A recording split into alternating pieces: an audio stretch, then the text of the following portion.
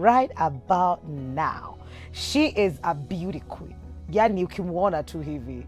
It took a while. You go like, huh? Who's hosting this show? She looks so good, complete with her sash. Yani, beauty queen, a mom of 3. And today we're here talking about, being a mom with kids who have special needs. Sylvie, welcome to the show. You look gorgeous. Thank you very much. Atimeandikwa Miss Nani? Miss Africa, United Nation. MS, not MISS. Oh, okay. Just checking. No, because everyone assumes it's a Miss. Yes. But yeah, of course with kids, It's a miss with MS. MS. Yes. Karibu sana. Thank you very much, Mikali. There's so much to talk about. I hope we have the time. I hope so. But I think we'll just dive in with, you being a mom. And I don't think there's anything that prepares us for the child. And we are told, you utakuwa mama, you need to be loving, you need But now having a child or, becoming a mother and having a child with special needs, I don't think we're prepared for that. Nobody tells us. No one ever even mentioned this. Nobody. You never even think it until now it lands in your laps, and then it's like a crash course, Like you're being told, okay, this is the plane, let's fly. We're going to Miami, and you're looking at all those controls and like, no idea. Where do I start? What do I do? So that's how it feels. That's how exactly. How old were you when you got your first one? My first child, I think 21. 21. So when you they were say also very young. Yeah, no, but you see, they always say, oh, your ovaries this, CG when they say they're powerful. So, that's the thing. I'm worried at 32 now. It's about time, So at 21, that's not even like it's not 22. even 22. Yeah, because I was married at 21. Yeah, so 22. Yeah. Nobody prepares you for that. No, and you don't even expect it. No, my firstborn is perfectly okay, actually. I got my firstborn. I lost one in between, got my secondborn. It was a normal pregnancy until now, last minute. The only sad thing is like I'm a workaholic, like nobody's business. So sometimes I blame that for all of this. Then after that, you're like, okay, something's not right. You always know how you raised your first child and how milestones were met and stuff like that. Then you get this baby and he was so handsomely beautiful. And you're like, I wish you were a girl. But then you're like, okay, this is what God gave me. Focus. Embrace it. And then I started noticing like he was shivering. We had so many gastro issues, like issues with the stomach. He had jaundice. He had reflux, like, the way when you go to clinic and they hit the knee and then he jacks. Yes. So like he's even before, so it's called like, it was high reflex. Okay. His reflex was quite high. But then then he was lactose intolerant. That means also I couldn't take milk because he was breastfeeding. There was just too many complications. Then my dad is like, hey, you've noticed your son's head is not quite stable as yet. You're so preoccupied with all these other things, adjusting, because it was that I got him through CS, you're adjusting to that life, you haven't been here before. And then one day I go to the doctor, I'm like, why does my son look like he's shaking and he's quite warm? Then the doctor's like, it's just a habit, maybe it will end. I'm like, a habit, yeah. And I'm like, okay, that's weird. Then one day, full blast convulsions, kifafa. Yes. So I'm a mom, I'm like, this child's eyes have rolled back, he's shaking, he's shivering, he's all stiff. I have no idea what to do. I just cramped. And like now my then husband came into the room and we were like, okay, what's going on? Then I called now the doctor and I'm like, this is what is happening. I have no idea what to do. So you just turn him to the side, and because we're always told put a spoon, which is the wrongest thing. Do it. Never. Don't do it. That needs to be changed, because actually you can actually harm a child at that point, because they do it differently. So we waited it out. At that time you're not driving, you're not what, and then hey, Lord Jehovah. But anyway, we just went to the doctor because you have no idea what's going on. So checks, what you're told, you need to do a CT scan, you need to do all these scans, and you're just looking at your financials. At that time, you're still hustling. And you're like, where on earth? Some of these things I'd never heard of in my life. MRI, I don't know, brain scan, and then EEG. It is a lot. So like that's when now life starts taking a plunge to a direction you have no idea. So this was around, this thing started earlier, so he was put on medication. Then now we were like, okay, let's pace this, investigations, because you at that time, did I even have insurance? Could I afford insurance? So because you're being told, God, what test is like 30 grand. We're talking 2010. Yes. No one is negotiating with you, my dear. So you're like, okay, I'm going to do this. I need to do this. So now you even have to panga your salary. Those ones of like, okay, let's base. Then after a while, I had to quit my job because now I'm forever in hospital. I'm forever here. So even the income that is coming, now was kaput. So I decided, okay, I can try and do my own business because I need to balance my life, this, and then at that time also, hubby was out for a while. Then he was now trying to get back to work and stuff like that because something's got to give, right? Yeah. And then we go. Then you're told, okay, there is some brain in his head that was not up to par. But now the part that I didn't tell you was when I was giving birth, what actually prompted, I was working on a project that was very intense, so it was very stressful when I was pregnant. So he came preterm like a month in advance. Okay. So my waters partly drained. You know the way you wake up and you're like, because my first child, my waters were broken, so I'd never experienced that story of like, oh, your water's broken. So I just dashed to my boss lady and I'm like, I think I've seen a spot on my chair. What could be wrong? So I just called her, like, meet me here. We're going to Hussein now. That was at like 8 p.m. I just signed off that TPS Serena project because I was handling all the graphics and whatnot. So I finished and off hospital. You have emergency scan. You have to wait for the doctor to be called. Then you're told, okay, the waters have drained. We give it time. We see if it's going to fill back in. And then we see. You stay days. Then you're like, okay, nothing is happening. This baby has to come out. Yeah. So then that injection for making their lungs, Then we start induction. I was inducted like 3 times, nothing. Actually, the last 2, my induction was going in reverse. Huh? You know the way, like, oh yeah, it gets intense. Up. No, I was not opening, nothing. It was just like intense, disappeared. So they were like, Chickdee, now we just have to reel you in. Those times you're being told you need consent. Then you remember you budgeted, budget normal delivery, you're being told CS is this much, then that's when you start saying all your Hail Marys and counting. And the baby has to come. The baby has to come. It has to be now. And then you're being told, like, you have an hour to make up your mind. Yes, because it was in the evening, because the doctor should. So what if I choose not to go that direction? It's not like there's no option. It's a matter of life and death. Exactly. You're being told you choose you or your child dying, or us doing this and trying to save either or both. Because you see, remember, I've said this whole time, the water hasn't regenerated. The baby's already tired from that, inductions and stuff like that. So those are some of very tough decisions. After, you can imagine after going through labor, the way it's painful, because it was like the pain was real. Anyway, so we made the decision, let's reel in. I'm like, can we go in together? I told them no. So you go in, knock out. Then I wake up and I'm like, okay, what happened? What I'm told, okay, the baby came, it's a boy, and he's in HDU. And you're like, oh, what? He was like, yeah, he had difficulties in breathing when he was born, so yeah, we had to put him in the incubator. I was like, okay. So that time, you're like, the way you wake up first and you're like, okay, something is funny. Then you wake up, then you're like, I was pregnant. Oh yeah, reminder, this is what happened. That pain of, I can't sit, I can't. So the next day my daddy comes. My dad has always been my hero, number one at scene, like first thing in the morning, 6 a.m. He's always there.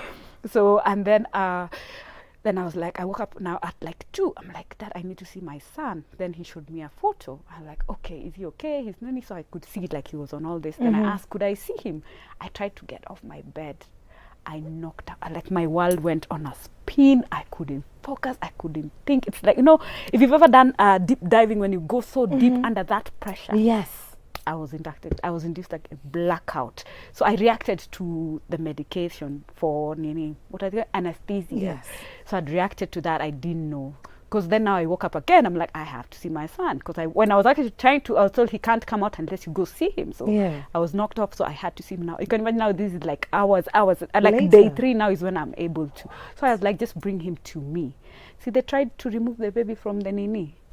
He turned purple back. Yeah, trust you me. So that was the beginning before all this other drama of jaundice and whatnot that came after. So that process, the point is, during that process of during delivery and those first 5 years are very crucial when it comes to special needs, because something small can just turn the life of your child. You imagine how the child is handled, that pre-labor situation. Those are some of the things that actually sort of like affect, because you see special needs, and in particular neurodevelopmental disabilities. Can I say that slower? Ooh, girl. I'm like, yes. All right. So, neurodevelopmental disabilities. That Yes. neuro, that is brain, and Yes. then development. So some of these disabilities just come either that lack of oxygen, that small span when you're making that decision, Yes. or a mismanagement during the birth. And you know the way we always hear like, oh, this something went wrong, something Yeah, small. yeah. That small thing can be the cause of either autism, cerebral palsy, but Down syndrome is more genetic, you know, and then we have other rare diseases that are caused by very many things. But those first two is what really needs to be watched. A part of me normally feels like these parallel programs, you know. Anyway, I won't go there, but you get my point.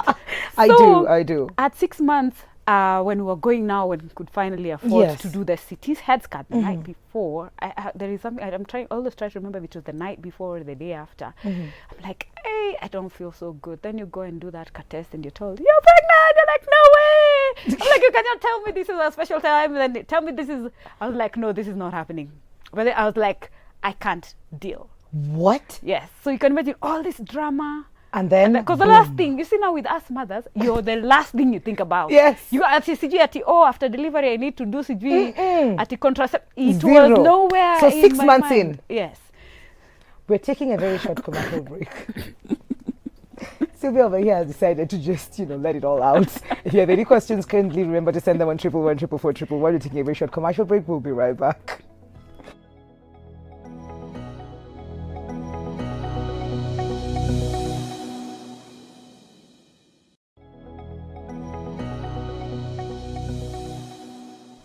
Welcome back to Full Circle with Mukali, with a beauty queen herself in the building, and we're talking about, having kids or raising kids who have special needs.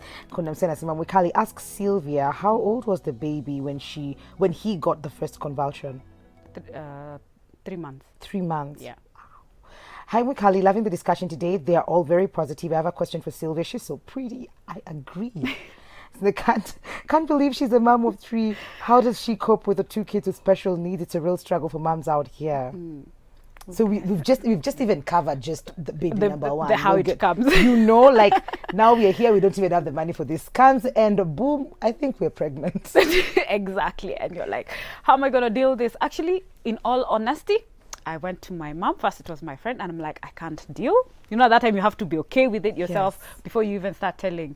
So I'm like, I'm looking at this child and all now the new terms and conditions after the diagnosis. Remember, we still don't know he is autistic. We just know he has a convulsive disorder. Yes. So you're put on daily medications, and you're told that these are the side effects, and you're like, okay, let's try adjust. Then you're told now you have to stop breastfeeding. You're thinking, what is it gonna eat? He's lactose intolerant. He's like, now special diet for 6.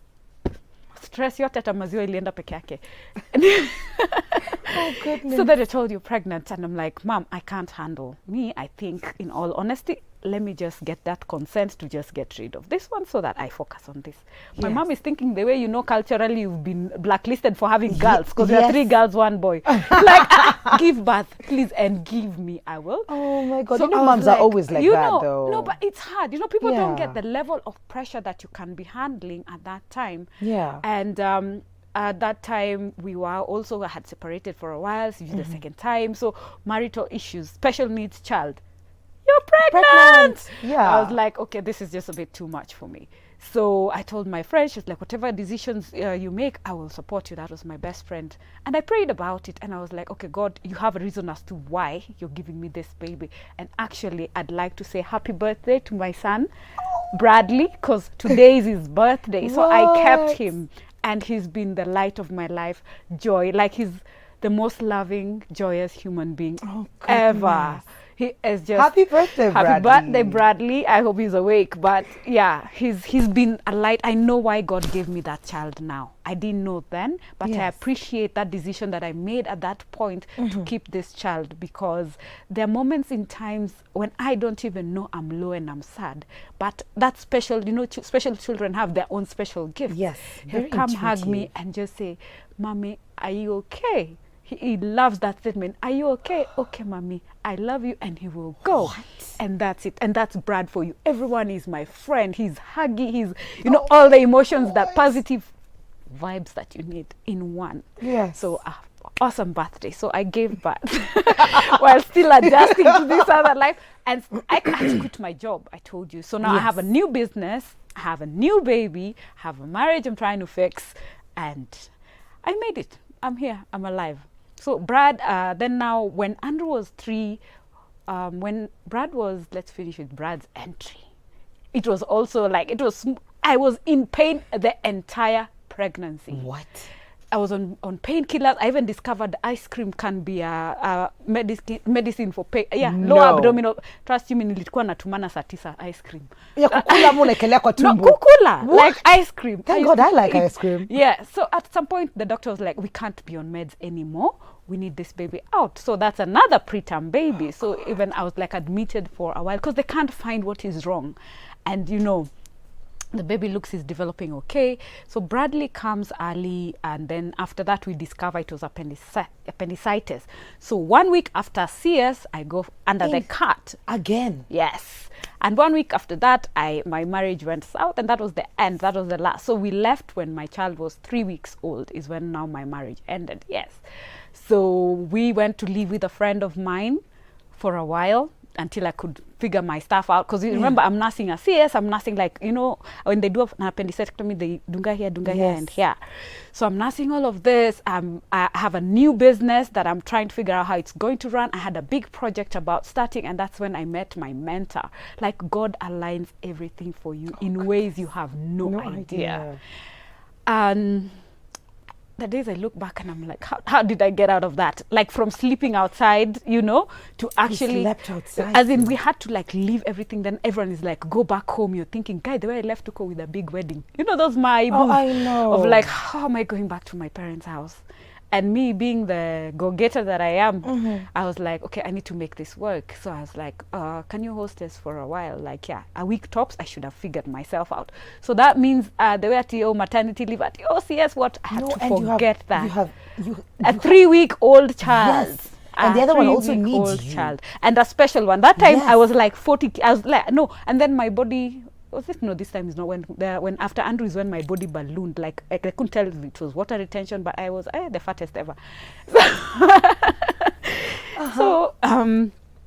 So baby Brad arrives and I'm like, which child comes into this life where we don't have power, we don't have water, I can't afford diapers. Actually, I had a bill of like 80-something K that's still outstanding, I think at Aga Khan, that the doctor just said, it's okay. To just go home. It's okay. You know, it gets to that point, I just had to be clean. I'm like, dude, I'm so low.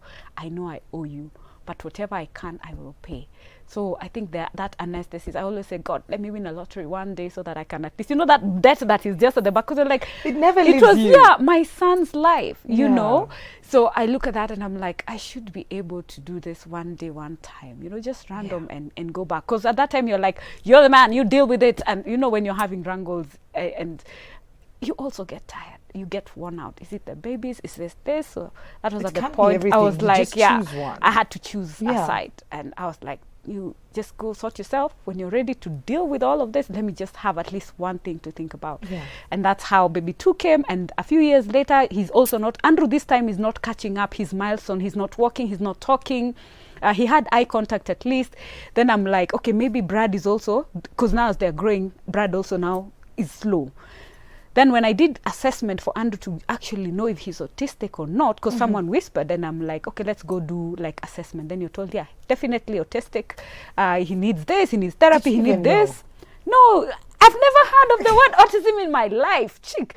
I only knew, you know, when you're being told now it's autism and then you have the convulsive disorder. And this convulsive disorder, you're told your child will be on medication for the next at least bare minimum 5 years. Unless he does 2 years without having an episode, then now you can start withdrawing the medication. Then now you're telling me, when I went now to take him, then the assessor is like, can I also check this on? I'm looking at him like, what are you trying to talk? Don't do it. You know, like, please, let's not even go there. You know, like, I have enough on my plate. Oh, God. Then I was like, okay, let's just watch them. Then you're like, tendencies, let's give him another 1 year. Another 1 year. You know the way you meet someone random, I'm like, I'd like to assess. Then you go. Then you're like, I can see, because I was redoing the assessment. You pray and you're like, God, this thing will go away. Yes. And you're like, I can do everything. Because I even put him in a regular school and it's just not going away. And you can tell like he's not social, because part of the nini is they have a difficulty socializing. Yes. He'll always be at that corner on his own. He has an addiction to like sticks. He started, my son called me mom when he was 5. I waited 5 years to hear that word, mom. 5. So there are moments and the things that parents typically take for granted. Yes. Waiting for that child to just wake up and walk. Because one of the episodes of the convulsions, he had started crawling, he had made some progress. Then we had one very bad convulsion. And you see, the thing with convulsions is like they kill the brain cells. So, and if it continues for too long, it can lead to death. Yeah. And the worst case is there is a time that it went on for like a whole, we had moved out trying to rebuild a life. This one morning, he just starts. On the day elections for the first time UK ran, I'll never forget that day in my life, because I'm hustling, trying. I had even evacuation notices, those ones of you can't hack. I used to have 1 meal a day so that the boys have, because now they need like none. Because for my second born, with all this drama, akukuwa na maziwa raw safi. I couldn't produce. I lost weight. I was 48 kilos. The people think I'm small now. By the way, this is the fattest I can get. Oh, so like, I was like 48 kilos, looking like I've stolen kids. Like the way they don't have look a baby. Like yours, no, not at all. My son was like here. So he used to be the carrier of my bag. Yes. Then I had Andrew on the back. Yes. And this tiny baby like this. At 48 kgs. Chickdee, there is a time I walked in town, Madam, kwani mama ya watoto ako wapi? Like even clinic, they're just looking at you, those ones from, because you can't leave them with anyone. At that time, I had one nanny we had to go with, and she was so quiet. I was like, at least she stuck with me through that, through this difficult time. Because sometimes I'm like, as much as she was not as engaging with the boys, because I was like, if she was that talkative, at least maybe they would have started picking things, done things faster. Yeah. There is a day I came, I slept, I couldn't wake up because I was just not eating, working too much, and my body couldn't wake up that day, and she assumed I'd left. So I wake up, I find my kids, one in a basin, the other one just crawling, the TV is off, hashi's huko anaotajua amefanya morning work, and I'm like, is this what my kids go through every day? What? That pain. Yes. And you're like, nikimfukuza ndatoa mwingine wapi? Yeah. Nanny, like, if I start on nanny dramas, that's a whole show on its own. Oh my goodness. Because you can't find someone who will embrace them for who they are. Because remember, these kids are nonverbal. As much as Andrew said, Mom, it took him another 2 years to be able to say a sentence. Even now, he can only respond in like a few words. He understands fully. He can sing. Remember, one people would always confuse singing and talking. Those are two different departments. He knows the latest Niger and bongo songs, some that I don't know. But having a conversation is a challenge. So that's just one lesson, that there are two totally different parts of the brain that operate, the musical and actually the communicate. We're getting school. Yeah. Brad, he started at 3, catching up. Now he wasn't verbal. Also, he started talking. Right now, he's a parrot. I'm like, dude, can you shut up for a minute? So when the assessment came, they were like, he has tendencies of autism, not severe. But what we conclusively found out was like he has ADHD. Okay. This is attention deficit hyperactivity disorder. Schools. Tusiingie hapo. I was about to go there because... Chick, you go here, you're told, we can deal. You go 1 week. Let me tell you the most painful one that I'll never forget, that I cried. They're like, yeah, we take special kids. I take him. I'm like, all I want is progress, right? So for me, I'm like, yay, he's now potty trained. He can take himself to the toilet. Yes. He knows how to say susu and whatnot. That, to me, as a special parent, is a big deal. Diapers out. Hey, Chica used to pay. Okay. Then one day they come back and they give me a report form. And it's cannot. The way they say fair, good, everything is not. I've ever felt like your life crashes before you. I cried. I was like, God, what is this? And then now I was called for a meeting later. They were like, there's no, me, I'm like, I was clear. Is it you paying the fee? No, it is me. I want him to socialize. The fact that he knows turn taking, the fact that he can spend time with other children, the fact that at least he's saying one word, the fact that he can at least write a count. Because you see, repetition, there are parts of the brain that are very active. Yes. That repetition is very okay. I'm okay with that. Then they're like, no, how do we grade? I don't know, who told you when you have to grade this child? Can you just let him be? And there was only one teacher who could handle him. So he's sitting, looping in the same class because the other teachers cannot handle. So I always say, just make the right decision at the right time. Because but see, the other thing is, I couldn't afford a special school. So even life itself, life itself also gives you, like blockages. Because I couldn't afford to take my son to a special school. Because that you're telling me at 50 grand a term, others per month. One child. Yes. Remember, I have the older one. Yes. I have this one. This other one is catching up. Yes. And you're thinking your kabiashara is just starting. You know, when you regret quitting your job, okay, you appreciate because you have time to be able to handle your kids. Yes. But then you look on this other side and you're like, okay, how am I going to deal with this? There are people God put in my life. I tell you, you meet people, I always say, for a reason, a season, or a lifetime. And you never know what God has in store for you when he's making you meet that one person. Because there are people who've stood with me. And to this day, I cannot say if I'll be where I am if those people did not walk into my life. And I want to say a special thank you to them. Let me not, they know themselves. At what point did Andy Speaks get birthed? Because you are learning the hard way. Peke yako, you're the one who's being told these big words. You're the one who's being told we cannot.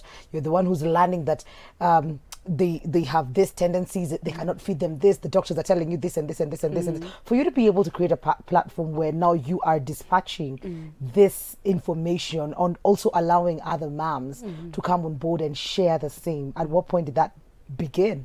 In 2015, I had to have a meeting with myself. And I did something called alabaster. Because you see, I remember I've packed the fact that I had a divorce, total full, whatever. You pack it, like the things in life you pack on the side. So I set goals, and then it got to this 2018 was a very specific year. I was questioning God. Because you see, also your spirituality. The problem is, in our country, there is all this, oh, you must have done something, because everyone looks at you as the parent. You did something. Because even after I said, oh, now I'm divorced, everyone's like, what did you do? I'm like, please. Did I have to have done something? Like, does it have to be me? Yeah. You know, like you take that seat, and you realize as a woman, you're at a disadvantage. And the earlier you realize that you have to double mark time, and everything that you do will be judged. Yeah. Good or bad, you will be judged for it. That People is so will make true. presumptions about you. Yeah. All the decisions that you make, everyone is going to judge you by that. So in 2018, my main question to God was, why give me 2 special kids alone in this, I always say, I feel like I got to a forest, I was told, chickpea crossover, akuna map, akuna headlight, no to just go. Figure it out. That's how special needs parenting actually feels. Because every day is a dead block. You figure it out, you make mistakes, and there is no information, there is no statistics, there is so much stigma, first of all. So I decided, if you give me, so there is one verse that God sent me for a whole consistent month. Proverbs 31, 8-9. Go ahead and speak for my people. Speak on behalf of those oppressed and ensure that justice is done. Exactly that. So it was not making sense. I like motivational. I open, it's that same verse in a different whatever. My morning book was like the same thing, but I was like, okay. And this one day I was in church, and Andrew, they can't stay in a space for a while. Andrew was like, I'm done. He started screaming, whatever. I was like, okay, there we go. And in Kato, that consecration time is like that very special moment. Quiet. Yeah. We had already gotten used to the eyes and daggers when he starts. They're like, mtamenyera pia mimi, I need some soul food, So we stepped outside. Then, of course, now I have to be outside watching them. Then this lady, fights through people, gets to me. And she's like, hi, I know you don't know me. I just have one message. God says he knows and he understands why you had to leave at that point. But he wants you to know that he loves you. What? And Chikdi goes. And I'm left there thinking okay. Dry buckets. No, first of all, you're trying to take it what are you talking about? Then there was that shooting that happened in the US of hubby wife killed himself, left, 3 kids. That was my cousin. I had just spent summer with her. Yes. That a short while before. So there is that. I have to think of travel because not many of us had been in touch. She had grown up at our house for a while, and I was like the last one from here to go visit.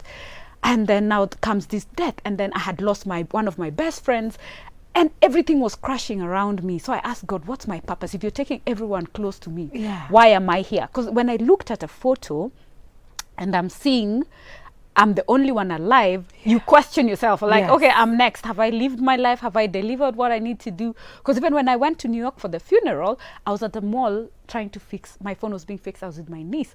Then this white lady comes and says, God loves you. Huh?